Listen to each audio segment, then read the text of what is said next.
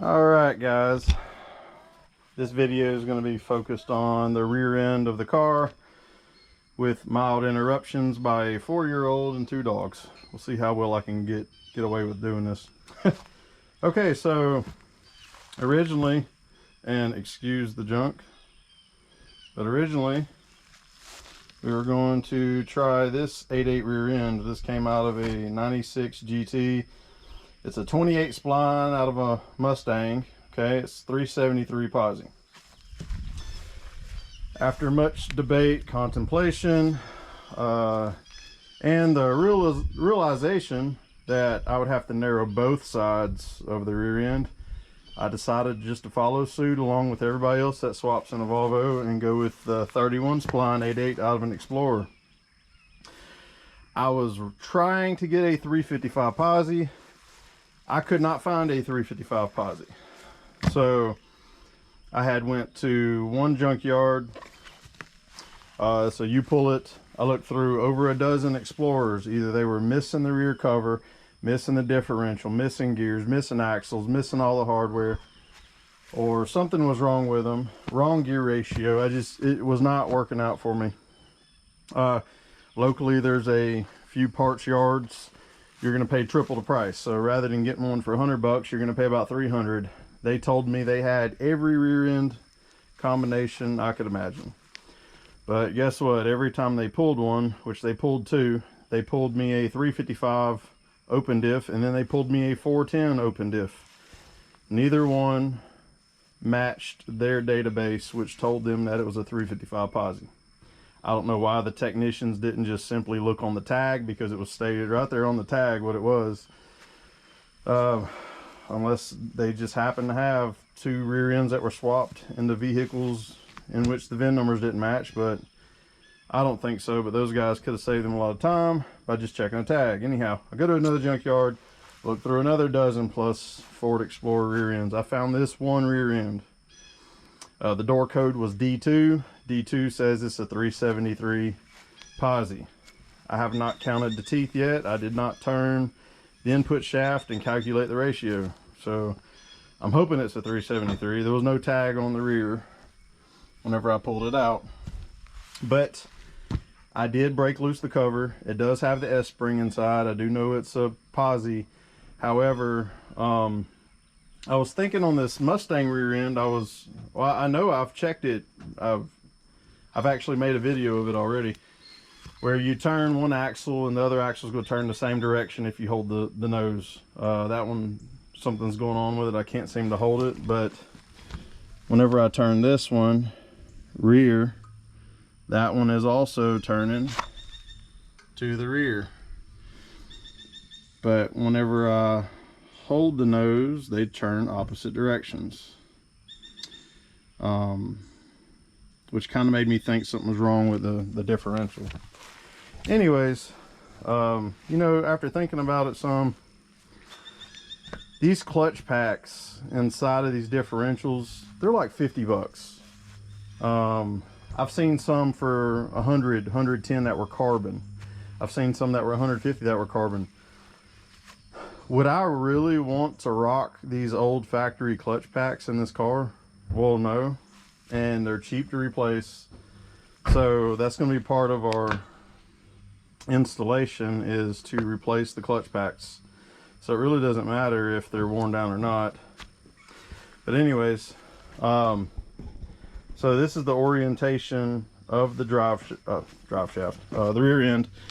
This side, which is the driver's side, is just a hair under 3 inches longer than this side.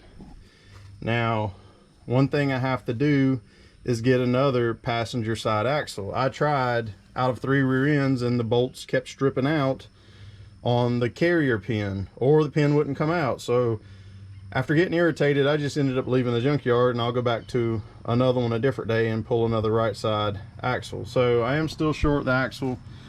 I'm going to open up the rear cover here in just a moment, do some inspection, since I didn't really feel comfortable climbing underneath that truck, which was just held up by some wheels, some just welded wheels. And then I didn't really care enough to look at it at a junkyard. I just took it, and I figured I would deal with whatever I needed to once I got it back. These are for the wheels. Yes, these are for this is the rear end for the car. And this helps the wheels go round. It technically does, yeah. It's gonna help us put power from the engine to the wheels. Yeah. So the wheels can go round. Yep, so the wheels can go around. To help the race car move fast. That's right, we're gonna try to go fast.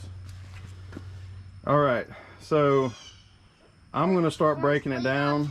I'll get with y'all in a second and kind of make an update.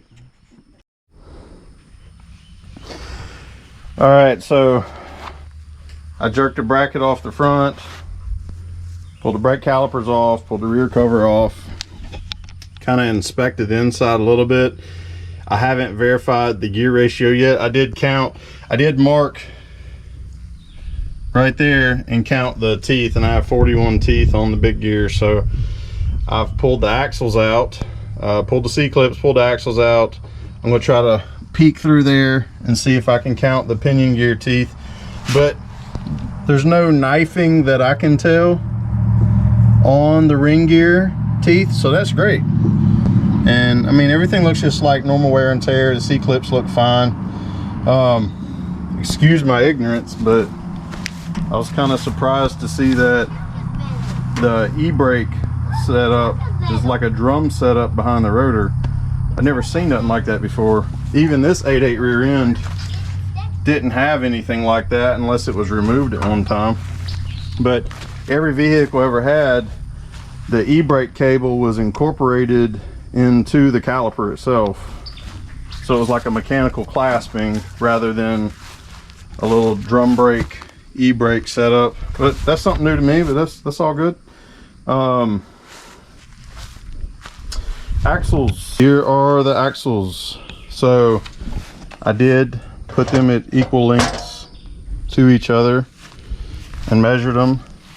And the long axle is 2 7/8 as expected, longer than the short side. So I need to go get another axle. The axles look good. I didn't see much wear. Some things we do need to do is replace the clutch packs. That's those in there. And you know, basic stuff. Wheel bearings, go ahead and do them. Seals, go ahead and do them. We're gonna have to get a pinion yoke, a 1350, because we want all 1350 joints if possible. We're gonna have to run new brake lines, probably hard lines. We're gonna have to cut off these brackets here, weld on the new brackets, but first we got to take 2 7/8 out of this tube right here. And there's a shop local that said they can do it. I'm going to contact them to make sure they still can. There may be a delay or they might be backed up, but we're going to contact them, see when they can take it. And I'm going to run and get another axle, or order an axle for that side, along with wheel bearings, seals, clutch packs, all this good stuff, so that we're ready to go on the rear end.